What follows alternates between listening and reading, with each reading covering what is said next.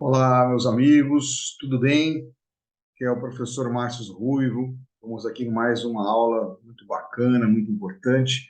Eu até reforço o convite para quem não assistiu à aula anterior nossa, que nós falamos dos requisitos de habilitação na Lei Nova de Licitações, para que assista aquela aula lá antes de assistir essa aula aqui de hoje. Aqui é uma aula, um complemento da aula anterior, só que hoje eu vou detalhar um pouquinho mais as questões que envolvem a habilitação das empresas nos processos licitatórios, tá bom? Então, sempre deixo aqui, sempre vale a pena lembrar, para quem não assistiu às aulas anteriores, sempre deixo o lembrete. Aqui embaixo desse vídeo aqui, você tem condição de pegar um linkzinho ali para fazer um download e baixar esse material que eu estou disponibilizando aqui, que eu estou construindo aqui junto com vocês agora, mas como essa aula aqui é gravada, você consegue já baixar esse material e ir acompanhando aqui nossa conversa em cima disso e da aula que nós vamos trabalhar aqui hoje, tá bom? Eu reforço aqui os meus cumprimentos a aqueles que têm aí mandado perguntas, aqueles que estão se encorajando a iniciar nesse universo de licitações, de contratações públicas aí, tá? Quero aproveitar e cumprimentar os meus alunos também, que eu sei da importância disso, né? Tem a prova da OAB lá na frente também, então eu sei que muitos acabam assistindo essa aula com vários objetivos, né? E distintos, né? Então, mas você que vai começar a vender para o governo aí, faturar o seu primeiro milhão, né? Então, enfim, essa aqui é uma aula muito importante também. Vamos lá, pessoal, vamos falar sobre habilitação jurídica. Bom, nós até falamos já na aula passada um pouquinho sobre isso, né? Que a habilitação jurídica deve tratar sobre a comprovação da capacidade da empresa poder cumprir o contrato, né? Então, ou seja, a hora que você consegue lograr-se vencedor, você tem compromissos e obrigações assumidas para a administração pública. E a administração pública, por outro lado, também conta com essa empresa contratada, né? Através de um processo licitatório, ela vai ser capaz de cumprir as necessidades que a administração pública exige ou necessita, né? Então, olha o que fala aqui a lei, o artigo 66, né? Que a habilitação jurídica visa demonstrar a capacidade, não pode ter aqui, a capacidade de que o licitante exercerá direitos e obrigações, bem como a documentação a ser apresentada por ele limitar-se à comprovação da existência jurídica da pessoa, né, quando cabível, e da autorização para o exercício da atividade a ser contratada, tá bom? Como, por exemplo, um cadastro num CREFITO, por exemplo, num órgão de fisioterapia, ou medicina, engenharia, enfim, né? E aí, olha só, aí nós temos dentro dessa parte de habilitação jurídica, a gente tem um tópico aqui que é muito difícil, tá? Muito difícil, muito complexo, para quem não está habilitado, né, ou familiarizado, né, dizendo, para analisar esses documentos dos concorrentes, ou até para poder montar a sua própria documentação, que é a habilitação técnico profissional e operacional. Parece que é a mesma coisa, mas não é, tá? Olha aqui, lembra aqui nas aulas de português? Aqui, uma conjunção aditiva. Então, a habilitação técnico profissional mais a técnico operacional. Falamos isso na aula passada, volta lá, dá uma olhadinha lá, nós temos minutos sobre isso. A profissional está ligada ao corpo técnico das pessoas que compõem a empresa. A operacional é que a empresa já executou, é capaz de executar um serviço ou entregar um produto similar para essa licitação em questão que ela esteja participando. Tá? Então, ele fala aqui, ó, muita atenção na leitura desse artigo 67. A documentação relativa à qualificação técnico-profissional e técnico-operacional será restrita a... Olha aqui, vamos ver aqui. Deixa eu pegar aqui a caneta aqui. Será restrita a... Item 1. Apresentação de profissional devidamente registrado no Conselho competente. Aquilo que eu falei. Qual é o conselho competente? Engenheiro? CREA. Arquiteto? CAL. Médico? CRM. Fisioterapia? CREFITO. E assim vai, tá? Quando for o caso. E quando for o caso? Porque existem categorias profissionais que não têm conselho. Existe, né? Detentor de atestado de responsabilidade técnica por execução de obra ou serviço de características semelhantes para fins de contratação, tá? Então, que esse profissional, devidamente inscrito no conselho de classe competente, né, que tenha algum atestado de responsabilidade técnica de alguma obra similar ou algum serviço similar prestado conforme exigido naquele edital, tá bom? Características semelhantes. Nunca vai ser igual, né, gente? Mas semelhantes. E quando você, o que é esse atestado de responsabilidade técnica? Aqui é o seguinte.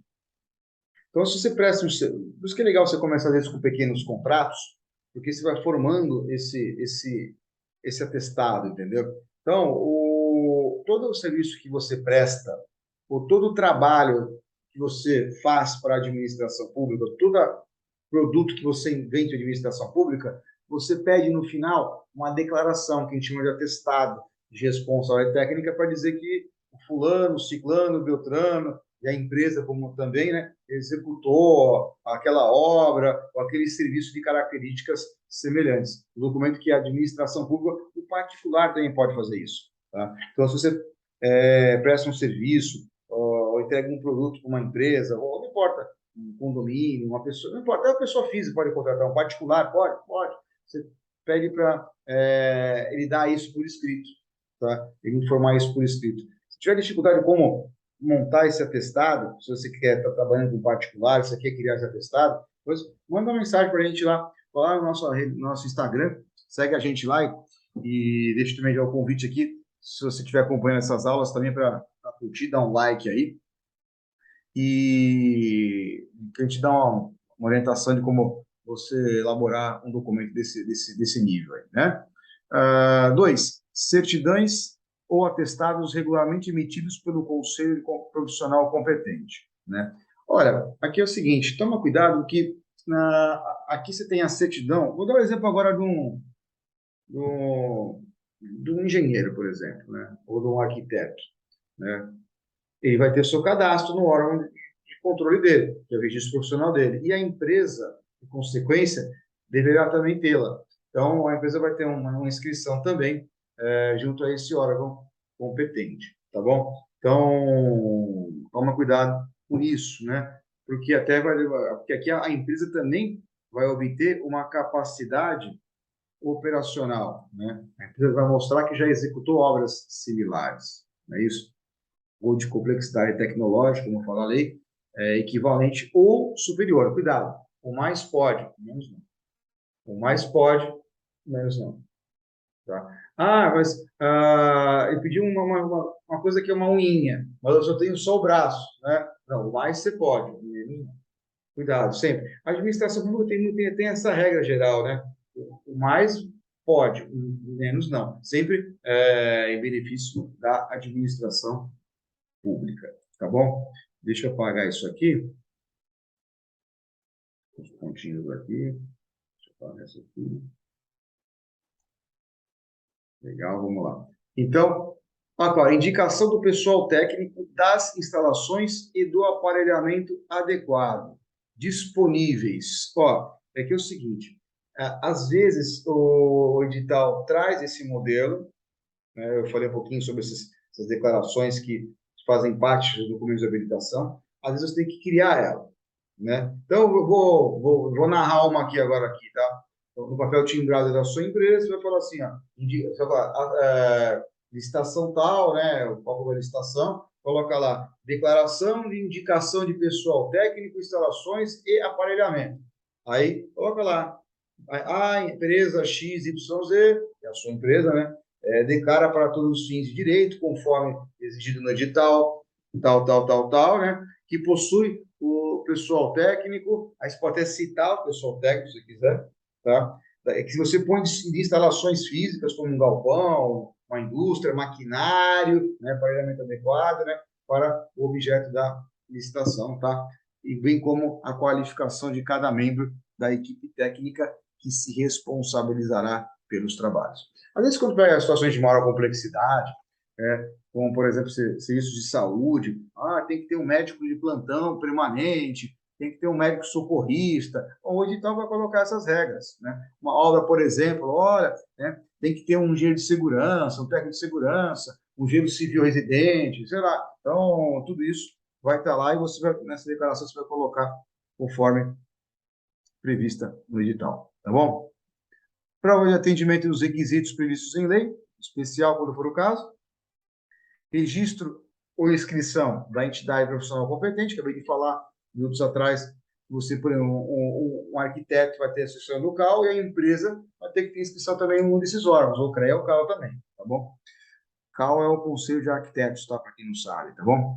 E declaração de que o licitante tomou... essa declaração aqui, isso aqui é praxe, gente, tá? Esse item 7 aqui é praxe. Vou aumentar um pouquinho a tela aqui, né? Esse item aqui, é item 6, né?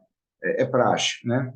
É uma declaração que já vem também no edital, que você vai assinar lá embaixo, vai dizer que você tomou conhecimento de todas as informações para o cumprimento das obrigações da licitação. Toma cuidado quando você declara isso, porque às vezes você está na frente, você ganha a licitação e fala, mas está errado isso, mas eu não vi aquilo.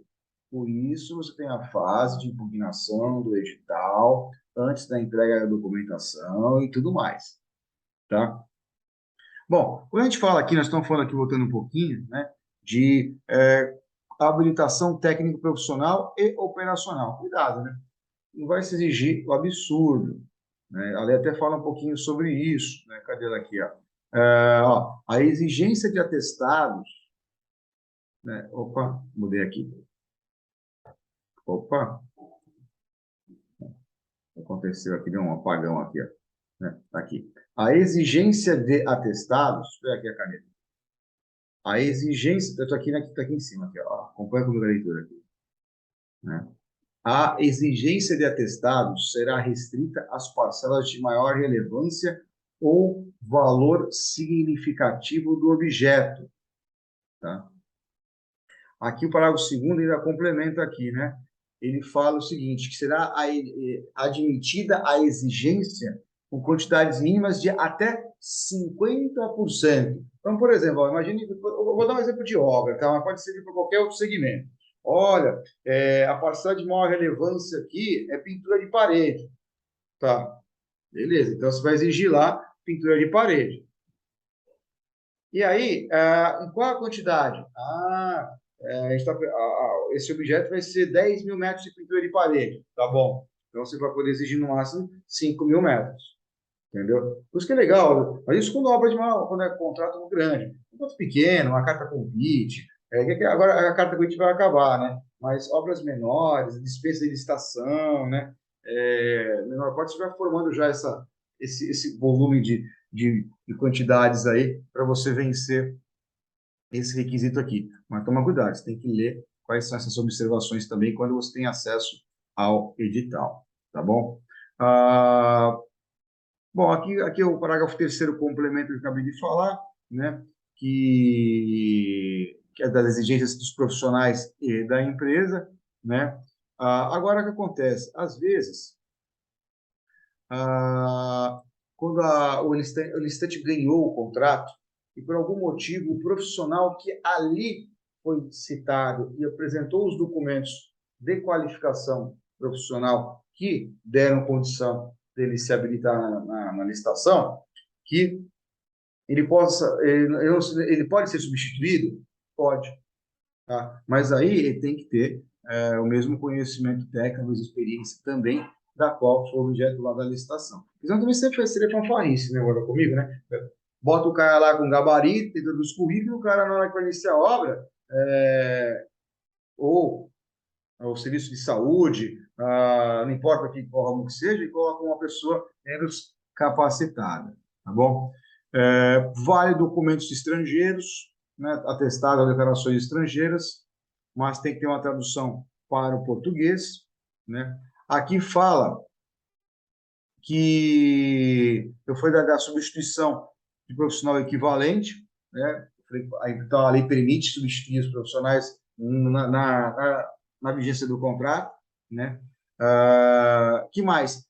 Sociedades estrangeiras, o edital tem que prever. Às vezes o edital fala assim, não é previsto sociedades estrangeiras aqui, ou as hipóteses que não são possíveis de participar do certame, outras permitem. Aí, essa empresa aí vai ter que solicitar estrangeira um registro perante a entidade profissional competente no Brasil, tá?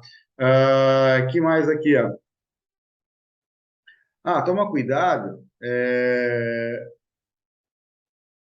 que o digital tem que prever, vai trazer uma informação, às vezes existe uma equipe mínima lá, né? Cuidado, né? Se você vai reduzir essa equipe, né? Ou em que momento vai reduzir essa equipe, tudo isso tem que estar previsto no contrato e no edital, tá bom?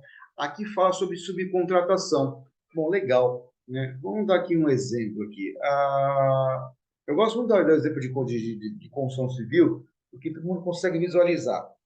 Então, muitas vezes uma construtora, a atividade fim dela é construir um prédio. Então, ela é contratada para construir um hospital, por exemplo. A atividade fim da construtora não é fabricar elevador, não é fabricar ar-condicionado, né? E aí, o que acaba acontecendo? O edital tem que prever, e a lei traz isso, que você pode subcontratar alguns itens do edital, né, do serviço a ser prestado, por exemplo. Né? Subcontratar é trazer outras empresas para prestar aquele trabalho. Tudo bem. Né? É justo isso, é justo. Né? Uma consultora não fabrica elevador, então vai chamar empresas de elevadores para fornecer o elevador e instalar o elevador lá para fazer o projeto principal. Ela não fabrica ar-condicionado, mesma coisa, entendeu? Tá? E aí, cabe aí a questão da qualificação técnica do atestado do subcontratado. Né? O que eu ia te falar é o seguinte, consórcio. O parágrafo 10 aqui, nós estamos no artigo, se vocês quiserem acompanhar aí, nos alunos, a turma aí, é só voltar aqui um pouquinho. Nós estamos no artigo 67 da nova lei de licitações. O que acontece aqui do parágrafo 10 aqui, ó, em diante, né? E fala de consórcio. Mas que diabo é isso? Consórcio é o seguinte, quando tem obras ou contratações ou prestações de serviços de grande complexidade, de grande amplitude, às vezes o edital prevê a participação de consórcios. Você vê muito isso também em concessão de rodovias, por exemplo, né, que é um consórcio de empresas para administrar uma rodovia, por exemplo, né? Então, tem isso? Tem. Né? E aí, o que acaba acontecendo? Quando você junta consórcios, às vezes o consórcio é interessante, sabe por quê? Já aconteceu isso comigo. A gente já tem 23 anos de empresa, mas às vezes a gente aconteceu de ter um edital que tinha uma especificidade que eu não tinha. E aí, uma outra empresa tinha o que eu precisava para participar. E ela, talvez, ela não tinha o que eu tinha. Então, quer dizer, então juntou umas forças. Aí pudemos aí montamos o quê? Um consórcio para participar dessa licitação, dessa contratação aí. Obviamente, na hora que eu faço o consórcio, eu junto a minha equipe técnica, né, com a equipe técnica dele, né, para a gente conseguir essa qualificação aí em relação a isso. Então, todos esses artigos aqui, esses incisos aqui, estão relacionados a consórcio. Depois, numa oportunidade específica, se a gente tiver alguma dúvida sobre isso é muito já, um detalhe muito grande já, não é que é minoria, mas a maior parte dos alunos, a turma que vai vender para o governo agora aqui, ainda não está nessa pegada de consórcio. Mas existe sim a possibilidade de contratação por consórcio. Tá? Então vamos lá. Olha só, relembrando aqui que nós falamos já na outra aula, né? Você nos assistiu. Então a gente está falando de habilitação, né? Na lei de licitações. Então a gente falou sobre habilitação jurídica, né? Lembra disso aqui, ó? Opa. Lembra disso aqui, ó? Habilitação jurídica, técnica fiscal, social e trabalhista e econômico-financeira, né? Então, a gente falou bastante sobre isso na aula passada, recomendo assistir a aula anterior. Então, mas hoje nós vamos detalhar mais um pouquinho sobre isso aí. Então, quando a gente fala de habilitação fiscal, social e trabalhista, o artigo 68, deixa eu descer aqui na página, fica melhor, fala o seguinte, olha lá. As habilitações fiscal, social e trabalhista serão aferidas pelos seguintes requisitos: inscrição no cadastro de pessoa física, CPF, né? Ou cadastro nacional de pessoa jurídica, CNPJ. Normalmente, quando é licitação e é uma empresa participando, nós estamos falando de CNPJ, né? Aí vem a inscrição do cadastro de contribuinte estadual e ou municipal. Por que aqui fala e ou? Porque tem segmentos empresariais que não há cadastro estadual, só municipal, né? Às vezes é os dois, né? Então, você vai demonstrar nos seus documentos de habilitação o cadastro. No nosso caso, a gente tem as duas inscrições, eu coloco as duas, tá? Então, eu coloco o cadastro estadual, o CADIM, e o municipal, tá? Relativo ao domicílio sede, ao domicílio ou sede do licitante. Cuidado, sede. Geralmente tem empresas que têm filiais, né? Claro, pertinente ao seu ramo de atividade e compatível com o objeto contratual, né? Olha, eu já vi de objeto contratual, né? Até no nosso curso eu falo sobre isso. Se você, acho que até dou um exemplo mais ou menos parecido com isso, né? Se você é uma concessionária de veículos, você não vai, por exemplo, prestar serviços de saúde, né? Ou ainda construir um prédio, sei lá, não dá, né? Então, não é compatível com o objeto. Toma cuidado com isso, né? Eu gosto de falar essa palavra aqui, pertinência temática, né? Em relação ao objeto do que você faz. Depois você tem a regularidade da Fazenda Federal, né? Isso aqui se pega tudo pelo site da Receita, tá? Estadual ou municipal. Olha, existem alguns municípios que ainda necessitam você fazer isso presencialmente, tá? Requerer isso. Mas olha, a maioria esmagadora aí já está tudo com todas as certidões já são todas eletrônicas, fica mais fácil conseguir pela sua casa mesmo. Depois, convido você lá que estiver participando do nosso grupo de WhatsApp, ou lá no nosso curso também, que eu dou uns macetes aqui para você controlar isso legal aqui, porque sem a certidão você também não consegue nada, né? Depois tem a certidão relativa à Seguridade Social, ela é uma certidão conjunta, né, da Receita Federal, né? Lá na Receita você consegue tirar isso. Todas as certidões, depois eu vou ensinar, eu combino com vocês aqui, foi meu compromisso, uma oportunidade. Eu faço aqui na internet junto com vocês como é que você chega para conseguir essas certidões aí, para não ficar o tempo todo ligando para o seu computador, tá bom? Regularidade na Justiça do Trabalho, só tirar a sua certidão trabalhista lá na Justiça do Trabalho do seu estado, tá? Estadual, isso. Aqui, esse artigo 7º da Constituição Federal, o que é isso? Artigo 7º da Constituição Federal. Deixa eu abrir aqui para você ver o que é isso aqui. Artigo 7º da Constituição Federal. Opa. Deixa eu abrir aqui. Eu coloquei as licitações, né?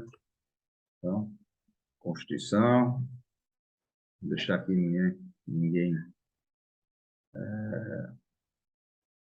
Artigo 5º, artigo 7º, 6. Opa, passei aqui. Artigo 7º, inciso 33. Cadê você? Cadê você? 33. Deixa eu mudar a página aqui. Olha lá, pessoal. Artigo 7º, inciso 33, ó. Aqui, ó. Proibição de trabalho noturno, perigoso ou insalubre a menores de 18 anos, tá? E qualquer trabalho a menores de 16 anos, salvo na condição de aprendiz a partir dos 14 anos, tá bom? Então, toma cuidado. tá? Eu já cheguei em um local que eu já vi menores de idade trabalhando. Toma cuidado, hein? Toma cuidado. Deixa eu mudar a nossa tela aqui. Bom, voltamos aqui. Ver se está a tela certa. Perfeito, isso aí. Tá? Então, trabalho de menor, né? Os documentos definidos nos incisos do caput desse artigo poderão ser substituídos ou supridos todo em parte por outros meios hábeis a comprovar a regularidade do licitante, inclusive por meio eletrônico. Aqui é a jogada seguinte, meus amigos. Vocês, depois eu também vou explicar isso oportunamente para não alongar muito, mas às vezes você faz um cadastro prévio, como o SICAF, por exemplo. Você coloca todos esses documentos de habilitação aqui, você coloca lá no SICAF. Aí ele vai te dar uma folha única, dizendo que já está tudo com os documentos ok checados lá. Tá? Aí você coloca só aquela folhinha lá, beleza. Não precisa botar toda essa papelada dentro aí. Né? E, enfim. Qualificação econômico-financeira, né, que é outro documento também. Né? O que fala aqui? Ó? Visa demonstrar a aptidão econômica do licitante, com índices, por coeficientes e índices econômicos previstos no edital. Aqui é o seguinte, ó, aqui ele vai querer saber, o licitante, se, vamos supor que tem um produto que você quer vender lá, vai vender, sei lá, pneu, sei lá, insumo, não importa o que você seja, às vezes o valor é alto, e aí a administração pública ela coloca algumas réguas, né? Tipo assim, capital social, patrimônio líquido da empresa, tudo isso está no edital. Tá? Aqui, quais são elas aqui? Ó, tá? Balanço patrimonial, demonstrações de resultado do exercício e demais demonstrações contábeis dos 2 últimos exercícios sociais. Bom, se você abrir a empresa esse ano, você não vai ter, tudo bem. Né? Então, é basicamente o seguinte, olha que a regra aqui, né? Você vai ter que, todo final de ano, o contador vai ter que fechar esse balanço, que eu chamo de escrituração contábil da empresa, né? Ela vai mostrar se teve lucro, prejuízo, como é que foi isso aí, né? Certidão negativa sobre falência, né? Normalmente aparece assim, a certidão de falência, concordata e executivos fiscais. Tudo aqui em São Paulo é assim, tá? Não sei se mudou alguma coisa do TJ, mas tudo isso também se tira pelo site do TJ gratuitamente, tá bom? Busca lá a certidão negativa, Tribunal de Justiça, você vai achar, né? Aí aqui, ó, a critério da administração, poderá ser exigida a declaração assinada por contador, tá? Por contador, que ateste o atendimento pelo licitante dos índices econômicos previstos. Então é o seguinte, lembra que eu falei na aula passada, normalmente as licitações pedem os índices de liquidez, solvência geral, liquidez corrente, grau de endividamento, enfim. E aí, isso tem que estar assinado por alguém habilitado na área contábil, tá bom? Que mais aqui? Compras para entrega futura, por exemplo, né? Acabei de falar aqui, né? O capital mínimo, o patrimônio líquido de 10%. Aqui é legal, faz uma conta simples aqui. O que é capital social? Quando você monta o seu contrato social, você coloca lá, atribui isso o capital social de R$ 1.000, R$ 10.000, R$ 100.000, 1 milhão, não importa lá qual é o porte da empresa lá. Tá? Aí, normalmente, 10%. Vamos supor, eu bato o olho aqui, qual é o capital social, né? De 100 mil, mais ou menos aí, tu vai poder participar de contratos de até 1 milhão. Só que é o seguinte, conforme você for desenvolvendo, além do capital social, você vai aumentando o patrimônio líquido. Né? Aumentando o patrimônio líquido. Aumentando o patrimônio líquido, por consequente, você vence essa questão aqui. Tá? Que mais aqui? Os documentos que eu falei aqui, né? Ao último exercício, no caso da pessoa jurídica ter sido constituída há menos de 2 anos. Isso é uma novidade legislativa, né? Colocar os 2 últimos balanços aqui, né? Bom, como que se entrega essa documentação, pessoal? Como que se entrega essa documentação? Bom, você vai colocar dentro do envelope e lacrar esse envelope, né? Você vai colocar dentro do envelope e lacrar esse envelope. É a questão que se impõe. Tem documentos que necessitam de autenticação, né? Então, o que fala aqui a lei? Os que não são certidão negativa, né? Por exemplo, ela é digital, eletrônica, tudo bem, não tem o que fazer. Mas um contrato social, às vezes, né? O contrato social não tem essa facilidade, né? Então, ela é apresentada em seu original, ou por cópia, ou por qualquer outro meio expressamente admitido pela administração. Vamos ler aqui na sequência, que eu vou falar um pouquinho mais sobre isso, né? Ela pode ser substituída por registro cadastral, por órgão de entidade pública, né? Vou falar também sobre isso. Dispensada total ou parcialmente nas contratações de entrega imediata, né? Que seja valores inferiores a um quarto da dispensa de licitação. Bom, aqui é o seguinte, né? Quando você vai entregar os documentos, o edital vai trazer isso. Você lê lá. Se ele falar que tem que ser original ou cópia autenticada, tá? Ou qualquer outro meio. Bom, o edital vai trazer isso. Ou você vai entregar ele pelo original, dentro do envelope, ou você vai autenticar esse documento no cartório, tá? Ou o edital pode trazer uma orientação e falar o seguinte, que ele poderá ser autenticado por um funcionário da repartição no ato da sessão pública.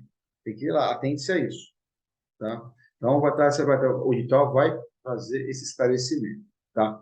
Quando você pode também, então, às vezes você faz um cadastro no SICAF, em São Paulo é CalFesp, né? Por exemplo, você já faz um cadastro prévio lá, então muitos documentos já estão lá. Então, esse registro cadastral já serve de informação para que você possa suprir grande parte das documentações. E agora, tem pequenas contratações, pequenas compras, por exemplo, né?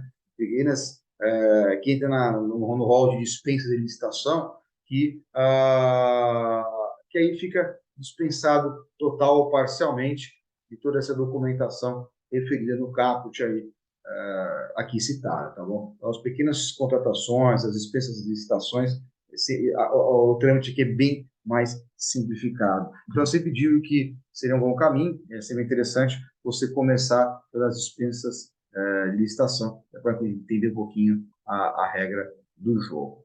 Tá bom, meus queridos? Então, hoje falamos um pouco mais sobre a habilitação das empresas dentro do processo licitatório. Se curtiu esse vídeo aí, dá um like aí, segue a gente nas redes sociais, lá na @professor Márcio Ruivo. Então, nos encontramos em breve aí com mais algum tema ligado às nossas caminhadas sobre as leis que tratam e regem a licitação pública. Meus amigos, até breve. Um abraço.